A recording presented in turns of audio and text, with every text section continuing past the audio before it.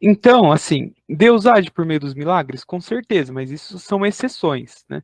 Deus age por meio de dons extraordinários? Com certeza, mas também são exceções. Como que Deus age de forma ordinária, da forma comum, a forma normal da ação de Deus? Né? Nós, católicos, entendemos, né, por meio de toda a tradição, a escritura também, que Deus age por meio dos sacramentos. O que são sacramentos?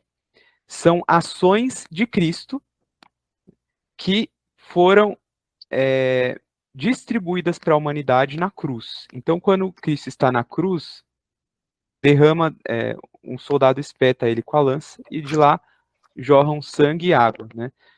A igreja enxerga esse sangue e água como Cristo jogando a graça dele sobre a humanidade. De forma que tudo aquilo que ele fez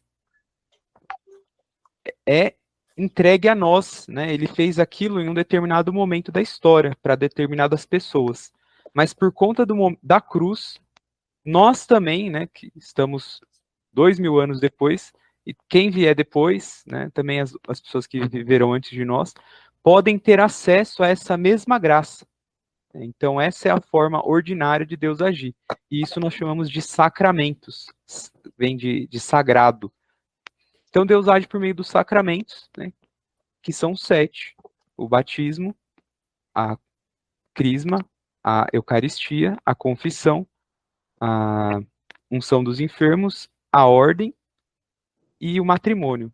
Então, quando nós recebemos essa graça, né, na igreja, não é assim como se nós estivéssemos nos reunindo, né, espontaneamente, e aí Deus se compadecesse de nós e mandasse uma graça para nós, né, para nos auxiliar. Não, não é essa a dinâmica. A dinâmica é, primeiro ele, que a gente chama de institui, então primeiro ele mostra como fazer e depois a gente repete, né? Basicamente é isso. Isso para todos esses sacramentos. Então, na confissão, é um perdão que a gente busca. De quem? De Cristo. Cristo, né, na Escritura, disse que falava para as pessoas: olha, você está perdoada, pode ir. É esse mesmo perdão que a gente recebe de Cristo. No batismo, a mesma forma, em todos os sacramentos. Mas especialmente hoje aqui, a confissão, que a gente recebe o perdão de Cristo, e a Eucaristia. A Eucaristia, basta você participar de uma missa, duas, você vai ver que sempre tem um momento que o padre fala, naquela noite, na ceia, Jesus tomando livremente a paixão, tomou o pão em suas mãos e disse: este é meu corpo. Né? Então, o que é isso? Cristo primeiro mostrou como fazer, e aí a igreja só repete aquilo que é feito. Então, é uma ação divina, né? Não é uma ação humana, é uma ação divina que Deus permite que o ser humano participe. Tá? Então, isso é um sacramento. E dentro dos sacramentos tem o mais importante, que é a Eucaristia. Tá? Então, começamos por aí. Né? Então, a gente já começa do ponto essencial, que a Eucaristia é o corpo de Cristo. Né? Onde que ela se dá? Né? Então, como que acontece? Pela liturgia da missa. Então, cada sacramento tem uma forma de ser celebrada. Essa forma se chama liturgia. A Eucaristia, a liturgia é a missa, né? Então, a missa, por isso que a missa é a ação mais importante, né, que a gente tem. Por quê? Porque é lá que a gente celebra a Eucaristia.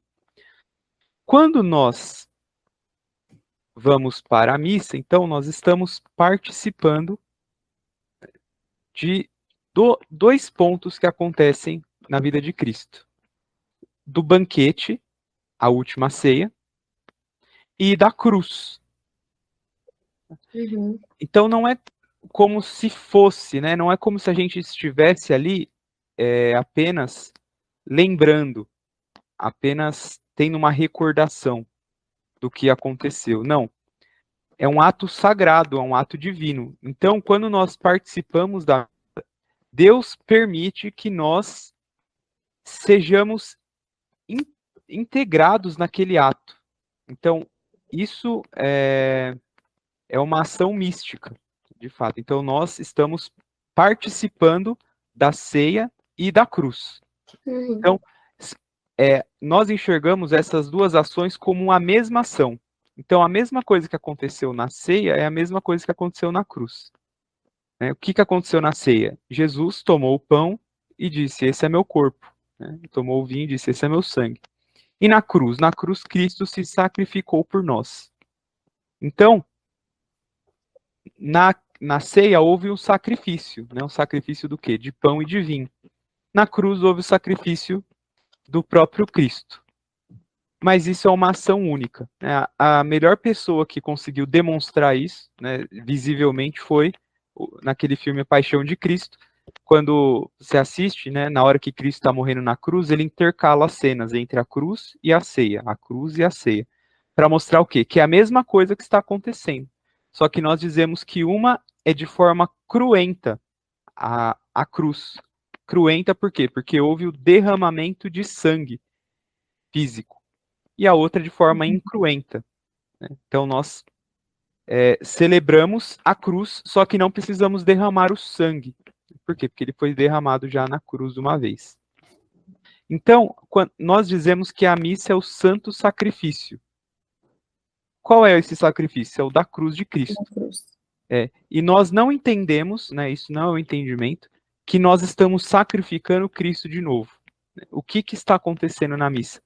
Nós estamos vivendo aquele momento. Então, nesse momento, se rompem as barreiras do tempo e do espaço, e nós misticamente vivemos a cruz com Cristo. Quando Cristo morre na cruz, né, tem é famosa, né, a história dos dois ladrões que são crucificados ao lado dele. O mau ladrão que não acreditou e o bom ladrão que se converteu. E aí Cristo diz para o bom ladrão, ainda hoje estarás comigo no paraíso. Mas Cristo, o ladrão não participou da ceia com Cristo, né? Mas ele participou na cruz, né? Então, nem todas as pessoas têm ali o martírio como o fim da vida, né? Não são martirizados. Muitos foram, mas nem todos são. A maioria das pessoas não são martirizados, mas podem viver a cruz de Cristo na missa, tá? Então, a missa é para isso. Quando a gente fala de Eucaristia na Bíblia, então a gente tem a instituição, né, que está em Lucas 22, que é quando ele diz, quando ele celebra, né, e são as palavras da missa. Lucas 22, 17. Pegando o cálice, deu graças e disse, tomai este cálice, e distribuiu entre vós. Pois vos digo, já não tornarei a beber do fruto da videira até que venha o reino de Deus. Tomou em seguida o pão e depois de ter dado graças, partiu e deu-lhe, dizendo, isto é o meu corpo, que é dado por vós. Fazei isto em memória de mim. Veja, então, quando ele pega o pão, ele fala, isto é o meu corpo. Ele não diz, isto é como se fosse, isso representa o meu corpo. Não, ele está falando, esse pão é o meu corpo. Uhum. O que os apóstolos entenderam disso na hora, né? Provavelmente nada. Mas eles receberam mesmo assim, né? Naquele momento, então, já estava presente Cristo naquele pão e eles puderam receber, comungarem de Cristo. Então, até aqui está dando para entender? Sim. Sim, Rafa. Certo. Outro ponto muito importante na Bíblia, né, é João capítulo 6. Tá? Eu nem vou ler aqui, por quê? Porque é um texto muito extenso e que Jesus repete várias vezes, né, que para que a gente tenha a vida eterna, a gente tem que comer o corpo dele, comer a carne dele. Né? Ele repete isso por quê? Porque ele está no seguinte contexto. Ele multiplicou os pães, né, aquela passagem famosa também, que ele multiplica os pães no deserto. E o povo vai atrás dele. Por quê? Porque o povo tinha fome. Então eles foram atrás de Jesus, queriam de novo comer. Uhum. E aí Jesus fala para eles, vocês estão atrás de mim porque porque eu alimentei vocês com pães, mas vocês não vieram atrás de mim por causa das coisas que eu estou ensinando. Sim. E aí começa ali uma discussão, né? E Jesus vai falar que primeiro o povo vai lembrar do pão do deserto que tem no Antigo Testamento, o maná, que chovia no deserto. Uhum. E aí Jesus vai falar, eu sou o pão que caiu dos céus. Quem come deste pão vive para sempre. Eles falam, então me dê desse pão. Ele falou, esse pão é o meu corpo, é a minha carne, vocês têm que comer. E aí o povo fica escandalizado de fato, né? Como assim comer a sua carne? E nesse dia, então, muitos discípulos deixaram de seguir Jesus. E ele olha para os discípulos, os apóstolos, né, os 12, e fala: vocês também vão com eles? E aí Pedro fala assim: Senhor, a quem nós iremos? Só tu tens palavra de vida eterna. Então, o João capítulo 6 é um capítulo extenso da Bíblia, mas ele deixa muito claro ali o que Jesus quer que nós façamos, né?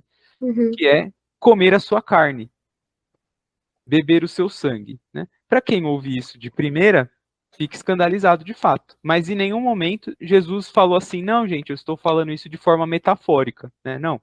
Ele falou isso porque é a realidade que ele preparou. Então ele faz esse discurso, é o discurso que a gente chama de discurso eucarístico, Uhum. depois institui a Eucaristia na Santa Ceia, e aí se dá em sacrifício na cruz.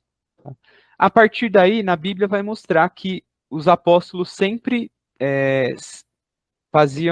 partilhavam o pão. Quando fala isso na Bíblia, quer dizer justamente que eles repetiam essas palavras na ceia.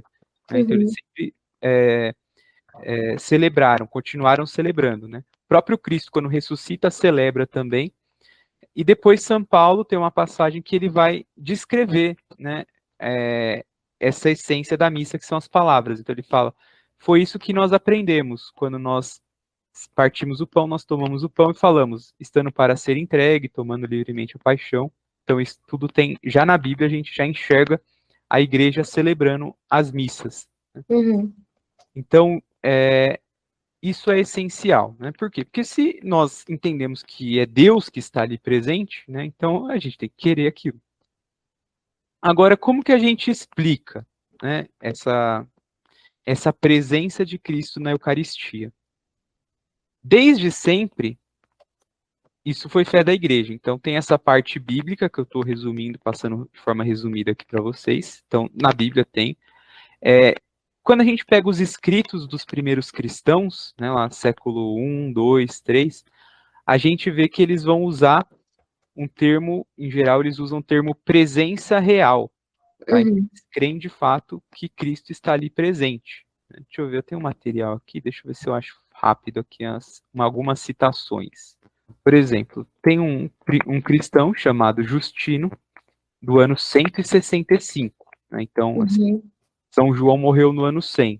Então, provavelmente ele conheceu São João ou conheceu algum discípulo de São João. E ele escreve: porque não tomamos estas coisas como pão e bebida comuns, mas da mesma forma que Jesus Cristo, nosso Senhor, se fez carne e sangue por nossa salvação, assim também se nos ensinou que, por virtude da oração do Verbo, o alimento sobre o qual foi dita a ação de graças, alimento de que, por transformação, se nutrem nosso sangue e nossas carnes, é a carne e o sangue daquele mesmo Jesus encarnado. Né? Então, eles professavam isso. Também tem Santo Irineu, ano 140. Ele nasceu em 140 e morreu em 202, então ali também foi século I. Dado que nós, seus membros, membros de Cristo, nos alimentamos de coisas criadas, as quais, aliás, ele mesmo nos oferece, também quis que fosse seu sangue o cálice, vinho extraído da criação, para com ele robustecer nosso sangue. Quis fosse seu corpo pão, também proveniente da criação, para com ele robustecer nossos corpos. E aí tem várias citações, eu vou passar para vocês. Essa de São Paulo que eu falei está em 1 Coríntios 11, 23. Então, assim, isso desde o começo já era fé da igreja, né? Porque Uhum. quem não crê nisso, né, os protestantes geralmente não creem na Eucaristia. Sim. Eles vão dizer assim, isso é uma crença medieval. Né? Por quê? Porque foi na Idade Média que se denominou esse fenômeno que Jesus instituiu. Mas não é porque se deu um nome para isso, se deu uma explicação filosófica, que não era que os cristãos não acreditavam nisso. Né? Não, os cristãos Uhum. acreditavam nisso. E por acreditarem, a igreja, né, os filósofos da igreja, os teólogos, ficaram ali pensando em como melhor explicar, porque isso é de fato inexplicável, né? Você falar que naquele pão tem a presença, né, de Deus. Né? Então, como que se explica isso?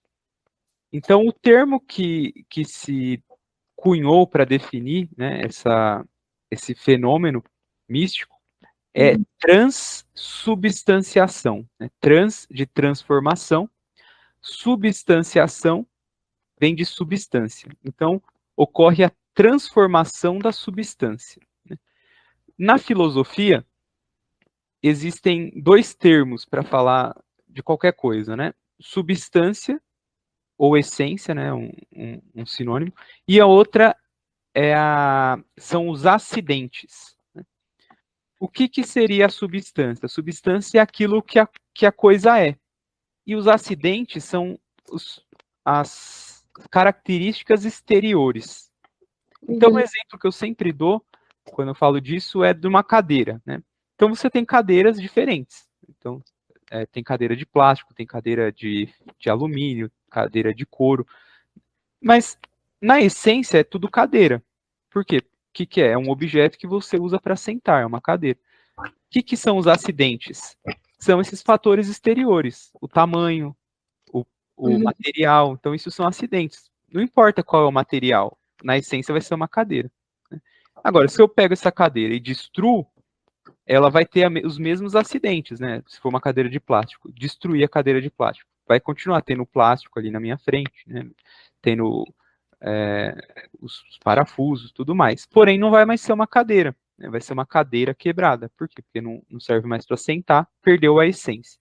Então, isso são termos filosóficos que foram usados para explicar o que acontece na Eucaristia. O que acontece? Na Bíblia, a gente vê que, assim, né, é uma essência do ser humano buscar a Deus por meio dos sacrifícios, né? Isso é uma parte que, geralmente, eu começo por aí, mostrando que, de fato, a gente precisa fazer sacrifícios. Até quando a gente não sabe o que está fazendo, às vezes a gente está fazendo, né? Para o Deus errado, às vezes, né? Mas, às vezes, a gente está fazendo. Não vou me focar muito nessa parte, né? Mas os povos antigos a gente vê, eles faziam sacrifício de animais, de humanos, né? Matavam as virgens, né? Crianças para oferecer, para ter uma boa colheita, né? Então, parece que está na essência do ser humano ali louvar a Deus por meio de sacrifícios. Os judeus, né? O povo do Antigo Testamento, eles rejeitavam o sacrifício humano, né? Então, já se entende que a vontade de Deus não era esse sacrifício. Mas eles faziam sacrifícios de animais e de alimentos. Então, na Bíblia, a gente vai ter sacrifício de cordeiro, né? Sacrifício de pão, sacrifício do vinho. Então, isso é algo que existe, tem uma tradição bíblica do sacrifício do pão e do vinho, né? Então, no começo da Bíblia tem um sacerdote chamado Melquisedeque, que oferece pão e vinho diante de Abraão. Tem a profecia do profeta Miqueias, se eu não me engano, que ele fala que do nascer ao pôr do sol, algum dia se oferecerá um sacrifício de louvor a Deus, e ele usa o termo do sacrifício de trigo, né, ou de pão. Então existe essa tradição do sacrifício. Então a gente vai oferecer ali para Deus na missa também o sacrifício. Não precisa mais dos sacrifícios de animais, como tinha tanto no Antigo Testamento. Por quê? Porque o sacrifício foi realizado na cruz, né? Por isso que Cristo é o Cordeiro de Deus que tira o pecado do mundo. O sacrifício dele foi suficiente para nos ligar a Deus. Só que nós, né, obedecendo a ele, nós então vamos fazer um sacrifício que é participar do sacrifício dele. Mas como isso é feito? Então nós temos o pão e o vinho, que foi como ele celebrou, mostrou que era para ser celebrado, e nós damos isso em sacrifício, né? Nesse momento, então, na missa, né, que se chama ofertório, a gente oferece, que é o momento que, assim, né, sai passando a cestinha para a gente dar um dinheirinho ali. O dinheiro é mais um ato simbólico. O que a gente está sacrificando lá é a nossa vida junto com Cristo, né? Esse é o principal. Naquele momento, né, enquanto as pessoas estão colocando dinheiro na cestinha, né, que a gente tem que pensar que a gente está sendo inserido ao sacrifício de Cristo, o padre recebe o pão e o vinho. E aí, o que ele faz? Ele faz uma oração e depois ele vai pronunciar as palavras da missa, aquelas palavras centrais, né, que todo mundo se ajoelha, que a gente chama de consagração. Então, ele vai consagrar o pão e o vinho, vai tornar aquilo sagrado. Uhum. Então, nesse momento, ele vai levantar, né? Ele fala, estando para ser entregue, tomando livremente a paixão, Jesus tomou o pão em suas mãos, deu graças, o partiu e deu a seus discípulos, dizendo, tomai todos e comei, isto é o meu corpo. E aí ele levanta o pão. Nesse momento, ele levantou o pão. Quando ele termina de dizer as palavras, aquilo que tinha a aparência de pão, acidentes de pão e substância de pão, porque era um pão, vai ter a substância transformada. Aí vem a transubstanciação. Uhum. Então, vai continuar com a aparência de pão e os acidentes de pão. Porém, a substância é o corpo, sangue, alma e divindade de Cristo. Então, isso a gente chama de transubstanciação. Da mesma forma, o cálice, o vinho dentro do cálice também é corpo, sangue, alma e divindade de Cristo. Tá? Uhum. De forma que a gente entende que Cristo está lá por inteiro. Se a gente pegar o pão e dividi-lo em dois, Cristo vai estar presente tanto num pedaço como no outro pedaço. Da mesma forma, uma gotinha de vinho também, Cristo está lá inteiro. Tá? Então, nós cremos nessa presença real de Cristo. Tá? É a presença real de Cristo na Eucaristia. Tá? E é um grande mistério, né? Tanto que quando o padre termina, ele fala, eis o mistério da fé. Por quê? Porque, de fato, os nossos sentidos não conseguem perceber. Né? O que os nossos sentidos percebem? Eles percebem a aparência do pão pela visão, o gosto do pão pelo paladar. Uhum. Então, pelo nosso sentido humano, a gente não quer por onde a gente geralmente aprende as coisas, a gente não consegue ver. Mas a nossa fé, né, a fé no que Cristo ensinou, que aquilo é o corpo dele, então a nossa fé nos faz crer firmemente que aquela hóstia, né, hóstia significa vítima, né, então aquela vítima que foi sacrificada é Cristo inteiro. Tá? Uhum. E por que Cristo fez assim? Né? Então essa citação dessas citações que eu li, ele meio que explica, né? Primeiro, por que pão e vinho? Né? Porque são alimentos que não são tirados diretamente da criação de Deus, passa por um trabalho humano. Então tem ali, ele simboliza muito bem o que é a Eucaristia, né? Essa união do homem com Deus. Então tem ali a criação por meio dos elementos que vão formar o pão e o vinho, a uva, o trigo, mas ao mesmo tempo tem o trabalho do homem. Então essas duas coisas se encontram, a criação de Deus e o trabalho humano. Na mesma forma a missa, né?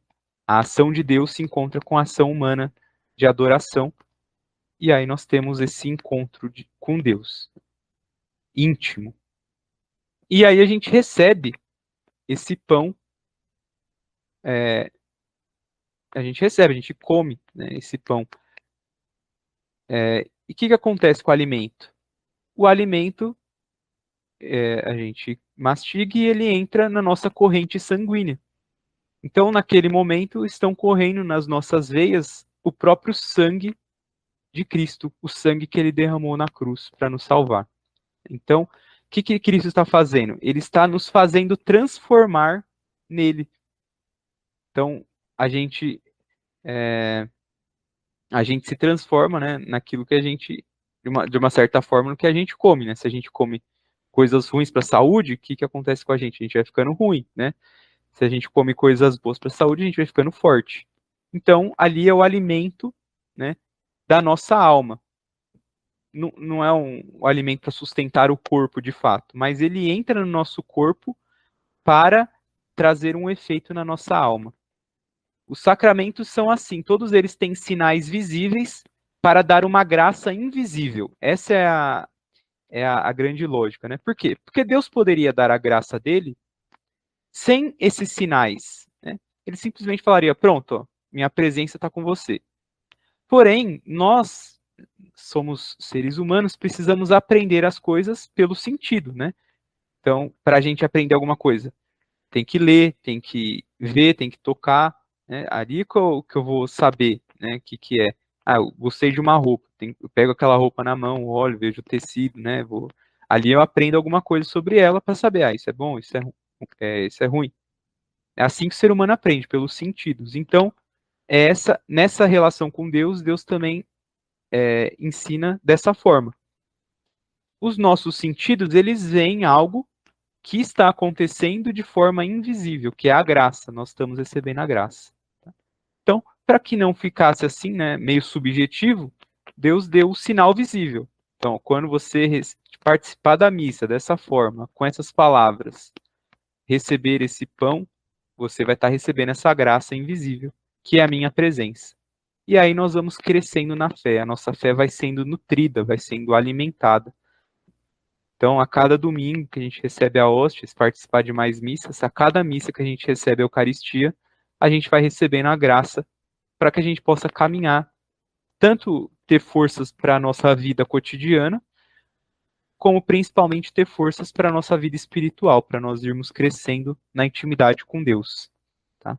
Então, é por isso que a gente consome, né, para a gente perceber a graça invisível que está entrando em nós. Então, a transubstanciação é esse fenômeno místico que explica como aquele pão, aquele vinho se transformam no corpo e sangue de Cristo. Tá? Sim. E aí, isso tudo é celebrado na missa, né? Então, a missa é a grande celebração em que isso ocorre, né? Então, a missa, ela tem ali a sua estrutura, né? Que é básica, embora tenha várias partes, né? De forma resumida, ela tem uma estrutura simples, que é a celebração da palavra e a celebração da eucarística, né?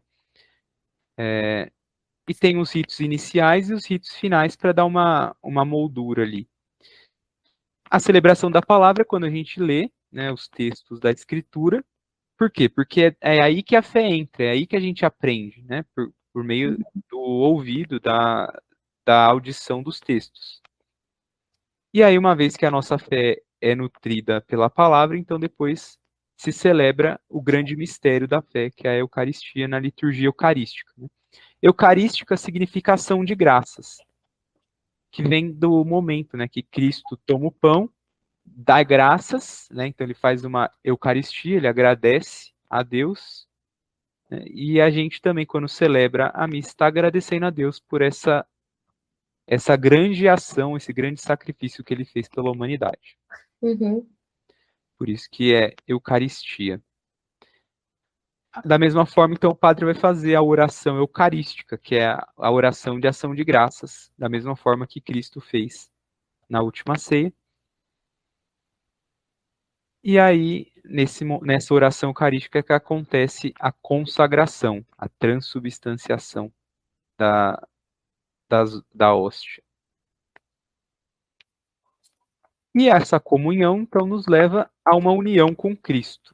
É uma união íntima com Cristo. Quanto mais nós recebermos de forma digna, mais comunhão com Deus nós vamos tendo, mais transformação na nossa vida nós vamos tendo.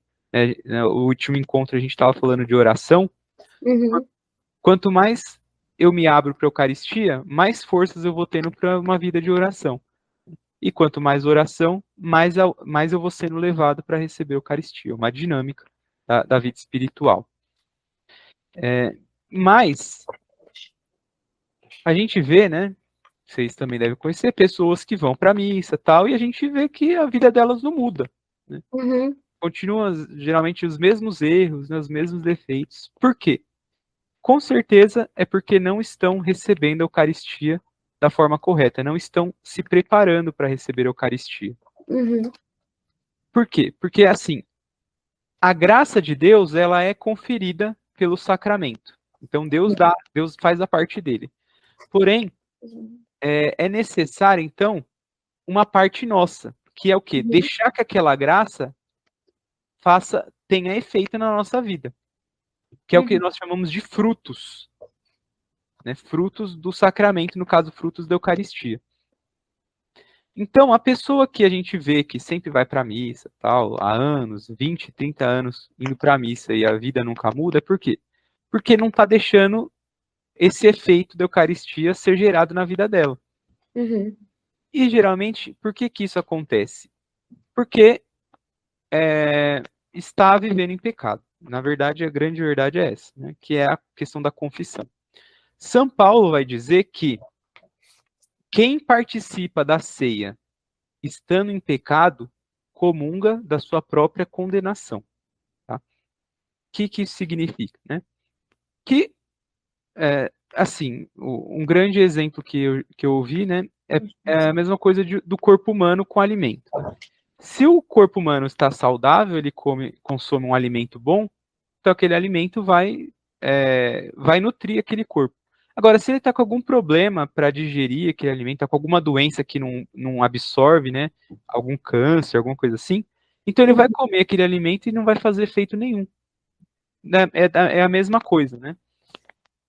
Então, não se pode receber, não se pode comungar, estando em pecado mortal. E é por isso que vem a confissão, que vai acompanhar a vida da pessoa que busca Cristo na Eucaristia. Então, uma coisa vai acompanhar a outra, né? Por quê? Primeira coisa, o pecado mortal, né, ele é aquilo que ele diz, né? Se você morrer em pecado mortal, né, você vai para morte eterna, vai ser condenado. Então, primeira coisa é essa, né? A confissão existe para isso, para não permitir que a gente morra em pecado mortal. A gente sempre tem a oportunidade de ser perdoado do pecado mortal. E da mesma forma, né, para que eu possa receber a comunhão, então eu tenho que pedir perdão do pecado. Não posso estar em pecado mortal, aí eu estou em estado que a gente chama estado de graça.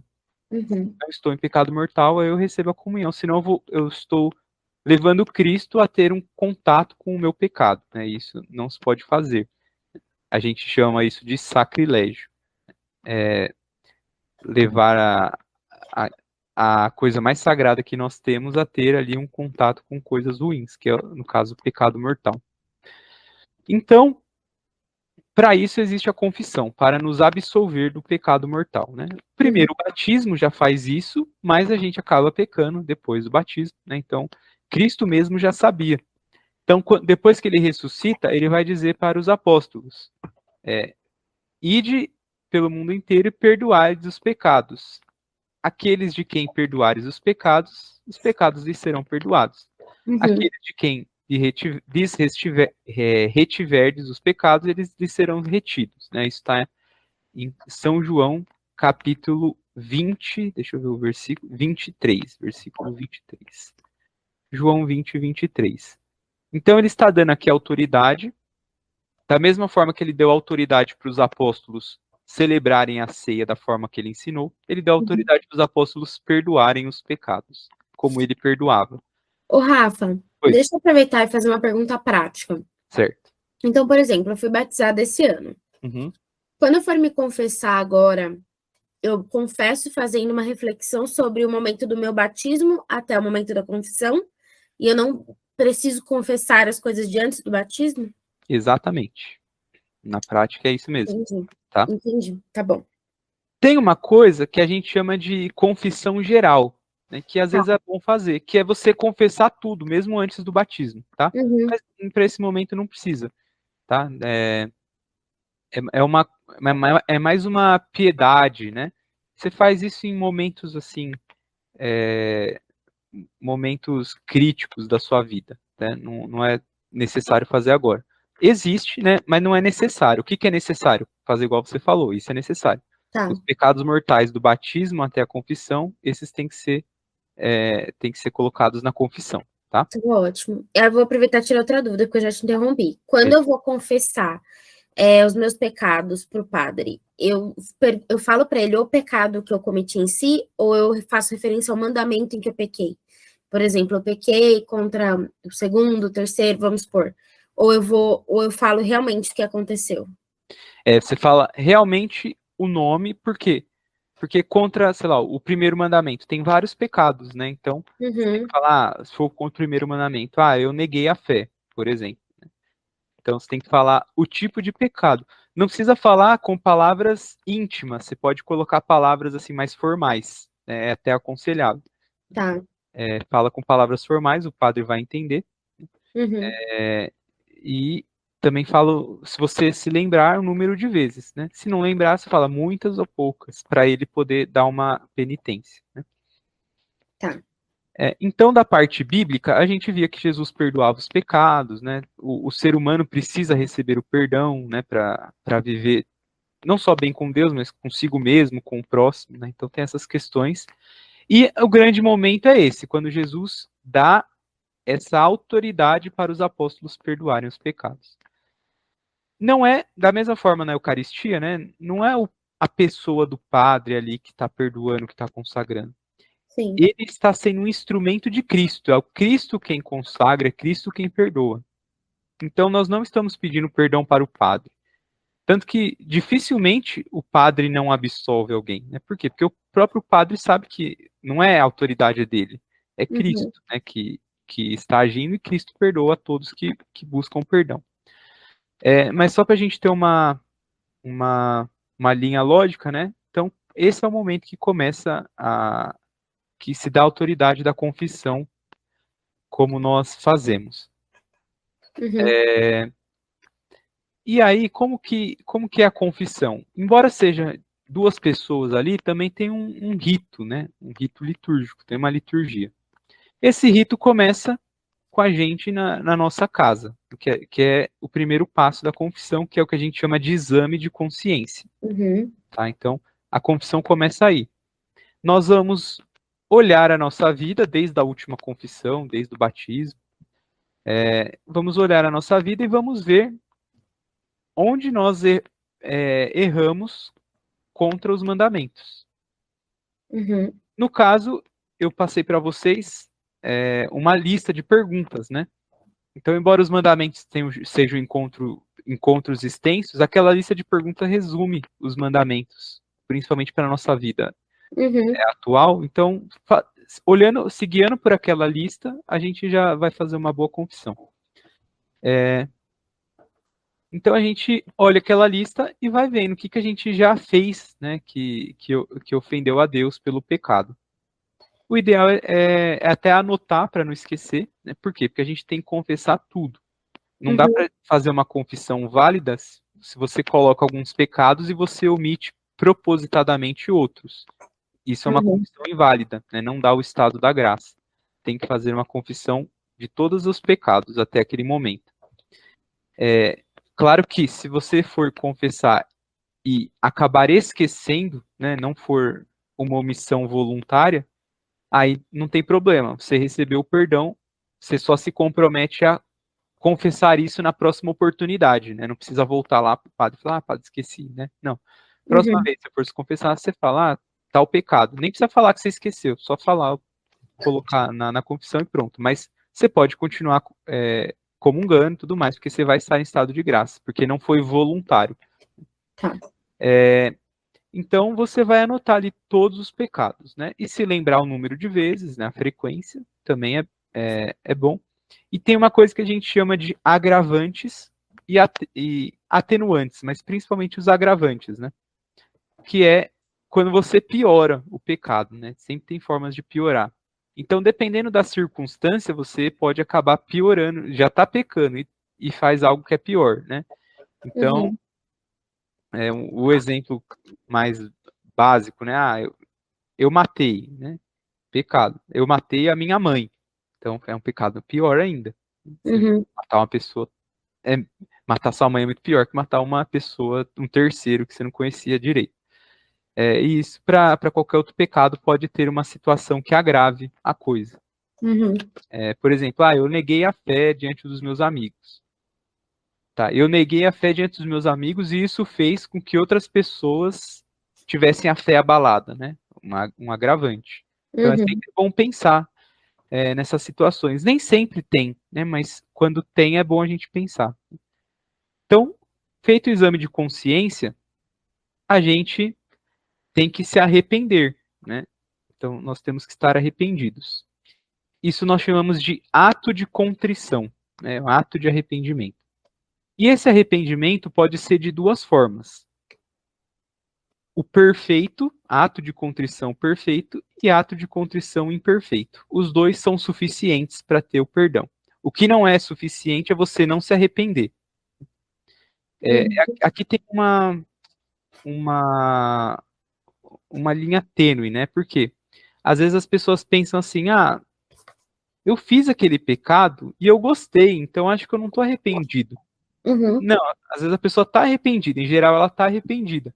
Só que às vezes a gente gosta mesmo, né? Porque geralmente o pecado não é algo assim ruim de primeira. Não, a gente faz por quê? Porque a princípio ele parece bom, né? Parece que nos deu algum benefício, né? Nos trouxe algo bom. E depois que a gente vai vendo as consequências negativas dele, né? Então, de primeira parece bom, né? Por exemplo, uma pessoa viciada em drogas, né? Quando ela vai usar a droga, aquilo dá um prazer para ela, né? Então é bom. Mas depois vai vendo que tem prejuízos. Então não é porque ela gostou que ela não se arrependeu, né? Ela Sim. não se arrepende quando ela não faz essas duas coisas, que é o quê? A contrição imperfeita é um medo que a gente tem de ir para o inferno. Então, assim, eu sei que eu pequei mortalmente e que se eu morresse agora, eu iria para o inferno. Então, isso me causa uma certa aflição. Às vezes mais, né? Às vezes menos.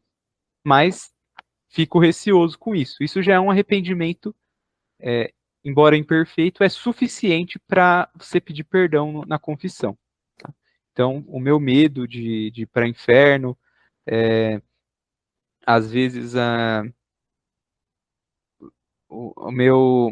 minha decepção comigo mesmo, né? Eu achava que eu era mais forte, acabei errando aqui, pecando. Então isso já é suficiente. Agora, qual que é a intenção? Né? A intenção é sempre buscar a contrição perfeita, que isso vem ao longo da vida, né? Não é nas confissões que a gente vai ter. Se tiver, é ótimo. Mas, em geral, começa pela imperfeita e depois vai ficando a perfeita. A perfeita é o quê? Você saber que o pecado, de fato, é uma ofensa a Deus e você se arrepender por ter ofendido a Deus. Então, quando você se arrepende de forma que você fica mal por ter ofendido a Deus, aí você teve uma contrição perfeita. Deu para entender essa questão? Sim. A contrição perfeita ela é tão importante, né, que a igreja entende o seguinte: se a pessoa morrer antes de se confessar, mas ela tinha feito uma contrição perfeita, ela não é condenada. Então ela Entendi. pecou mortalmente, se arrependeu porque ofendeu a Deus, mas não conseguiu se confessar, não teve tempo, tinha se planejado ir no sábado, morreu na sexta-feira. Se ela passou pela contrição perfeita, então ela não foi condenada. Tá? A contrição imperfeita já não. Agora, né? Quem vai saber, quem vai ter certeza que está em contrição perfeita, né? Não tem como a gente saber disso. Só Deus que conhece nosso coração melhor que nós mesmos. Então a gente se confessa para segurar, né? Mas caso aconteça, né? Às vezes a gente vê assim, a pessoa morreu, ela vivia uma vida de pecado, né? Tem muitos fatores que às vezes ela nem, o fato dela não saber que é pecado, não configura o pecado mortal, tudo mais. Mas às vezes ela sabia, né? Mas ela morreu. Vai que ela teve uma contrição perfeita, né? Então a gente nunca pode alegar, né, que a pessoa foi condenada, por exemplo. Né? É isso que Jesus quer dizer quando fala, né? Não julgueis. Às vezes as pessoas acham que não julgueis é você não falar para alguém, né, que você gosta, que você tem alguma autoridade que ela errou. Né? A pessoa fala, você está me julgando, né? Não.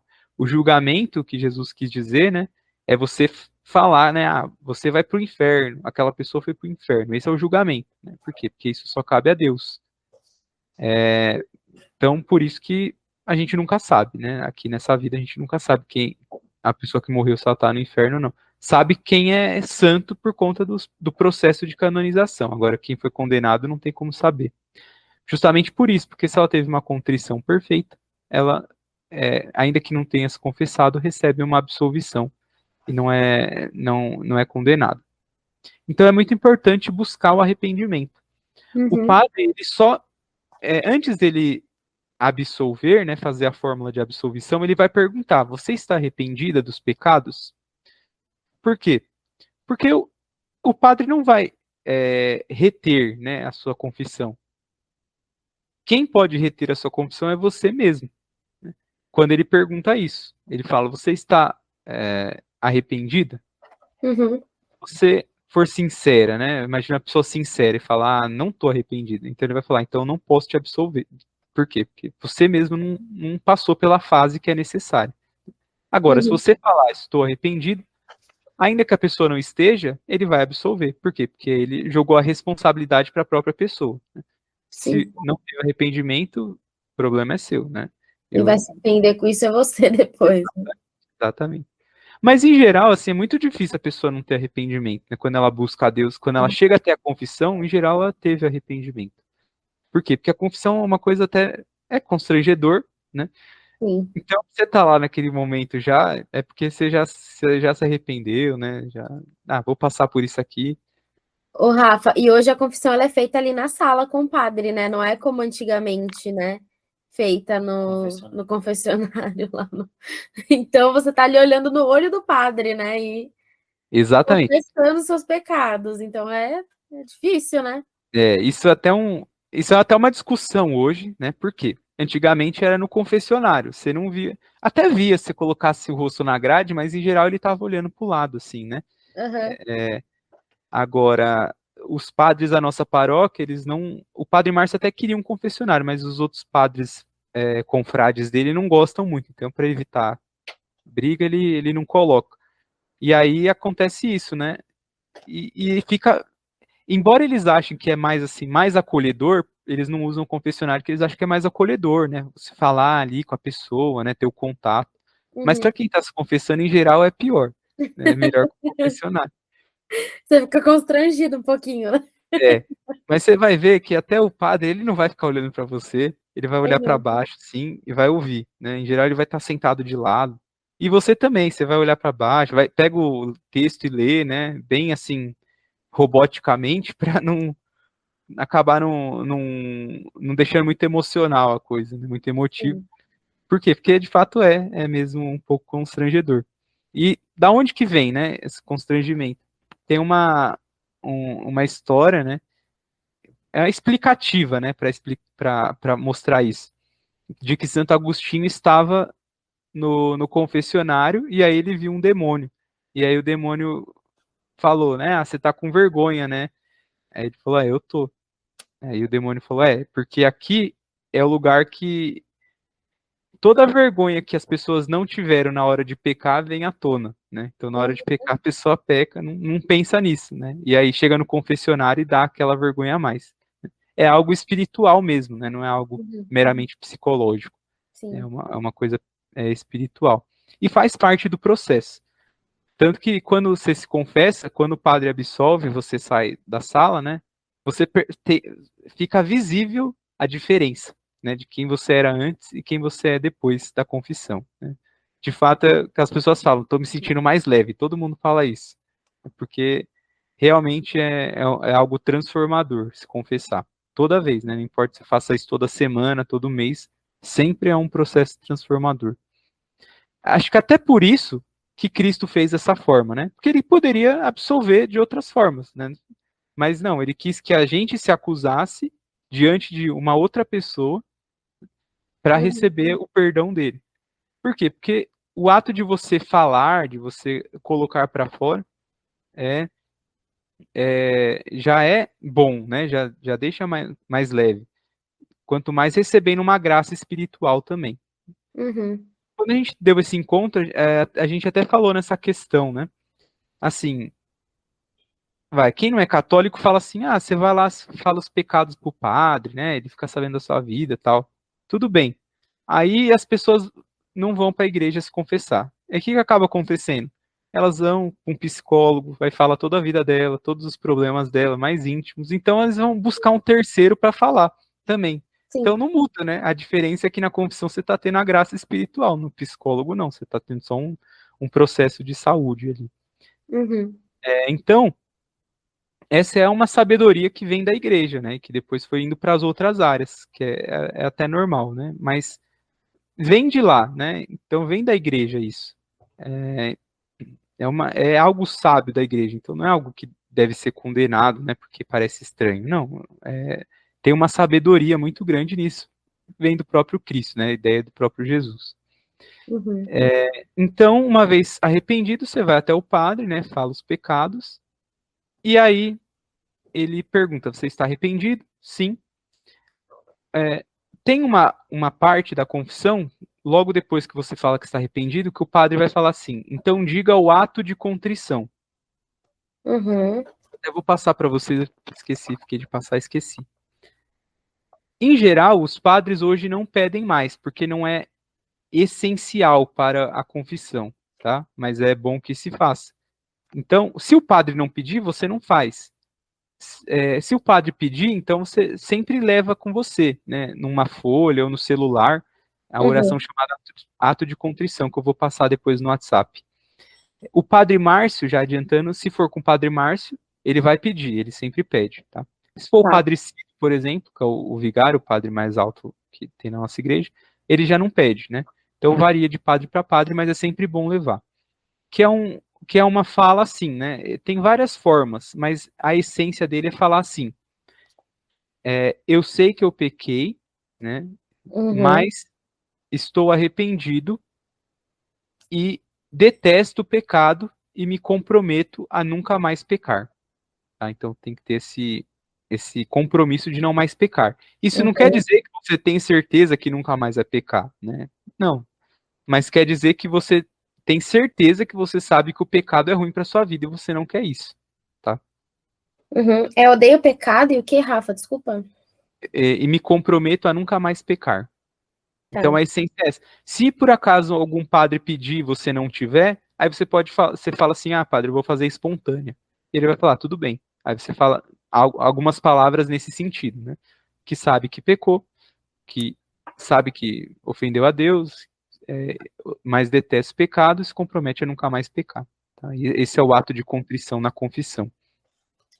E aí o padre então vai impor a mão sobre você e vai dizer: eu te absolvo dos seus pecados em nome do Pai, do Filho e do Espírito Santo. Vá em paz. E ele vai dizer uma penitência, né? Então esse é o último passo. O que é uma Uhum. penitência? Então, sempre que você faz algo ruim, né, você tem uma pena. Isso em todas as esferas da vida, né? E na confissão também, mas geralmente são penas leves, né? Reza 10 Ave-Marias, reza um Pai Nosso, né? Então são coisas desse tipo. Uhum. O padre mais, não querendo dificultar a coisa, não querendo deixar ninguém com medo, mas o padre mais duro com penitência que eu vi foi o padre Márcio. Uhum. Mas também não é nada difícil. Ele fala assim: reza esse salmo durante toda a semana. Por que é mais difícil? Porque quando ele fala reza 10 Ave Maria, você sai da sala e já pega e reza. Cumpriu a penitência. Quando ele fala reza durante a semana, aí você tem que lembrar todo dia que você tem que rezar aquele salmo para satisfazer a penitência. Se você Uhum. não satisfizer a penitência, né, você tem que se confessar na próxima que você não cumpriu a penitência que o padre passou. Tá? Tá. Mas em geral é simples, né? Em geral eles dão penitência simples, tá? Deu para entender essa questão? Tá? Super, Rafa. Eu sim. Sim, ficou claro. Então, qual que é a frequência da Eucaristia? Todo domingo, pelo menos, no mínimo, né? Então, cumprir o preceito de todo domingo para a missa, terceiro mandamento. E a confissão? A confissão, primeira regra, se eu estou em pecado mortal, o mais rápido possível. Né? Cometi pecado mortal na segunda. Então, vou Uhum. procurar uma igreja que atenda a confissão na semana ou, no máximo, no sábado e me confesso para poder ir para a missa domingo em estado de graça. Se não, aí você tem que ir para a missa, mas você não comunga, né? Você faz uma oração de comunhão espiritual na hora da comunhão, até que você se confesse e possa voltar a comungar nas próximas missas. Então, estando em pecado grave, o mais rápido possível. Não estando em pecado grave, é aconselhável que você se confesse uma vez por mês. Né? Confessar o quê?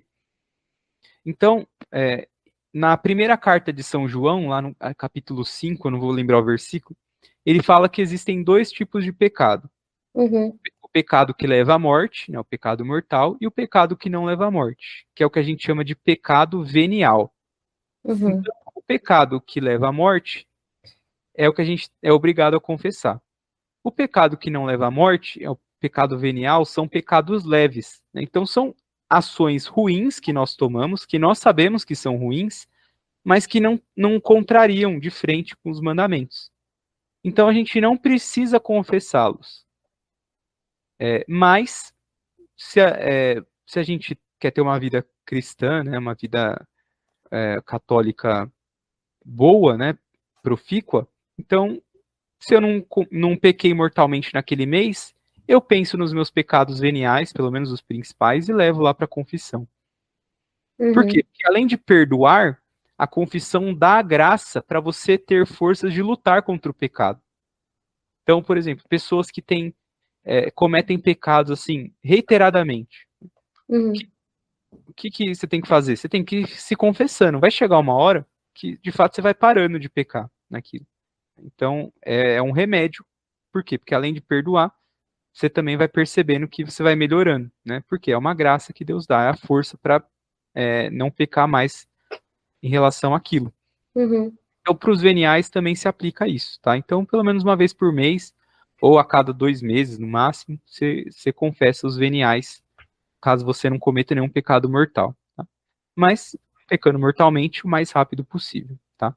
Então, não precisa confessar toda semana, mas tem uma periodicidade ali para ir se confessando e recebendo a graça de Deus. Tá? Então, eu acredito que o essencial, né, o mais necessário, assim, para vocês viverem a fé, né, é isso. A fé na Eucaristia, de que ali está presente o corpo de Cristo, de fato, né? Não é só simbólico, não é como... Rafa, deu uma travadinha. Voltou agora. Travou. Voltou. Você estava falando que não é como você estava falando isso, da fé na Eucaristia. Não é algo só simbólico. Isso. Exato. Eucaristia, então, não é simbólico. Às vezes pode... Eu tenho certeza, se você for para a igreja e sair perguntando, a Eucaristia é simbólica? A Eucaristia é simbólico? Muitas pessoas vão falar que é, mas por quê? Porque não tiveram uma boa catequese.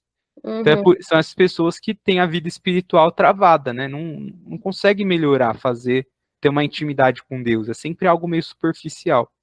Agora, as pessoas que de fato sabem da importância da Eucaristia, que ali está presente Cristo de fato, você sempre vê elas tendo uma piedade maior, rezando mais, buscando a confissão, porque sabem que não podem comungar em pecado.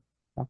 Então, esses dois instrumentos para a nossa vida espiritual são os principais. Todas as outras coisas que a gente vê na evangelização, ao longo do tempo, a gente vai acabar revendo de outras formas, tá? Mas partindo desses dois princípios, todo o resto é acrescentado, né? Vem por acréscimo, tá? Então esses são os mais essenciais.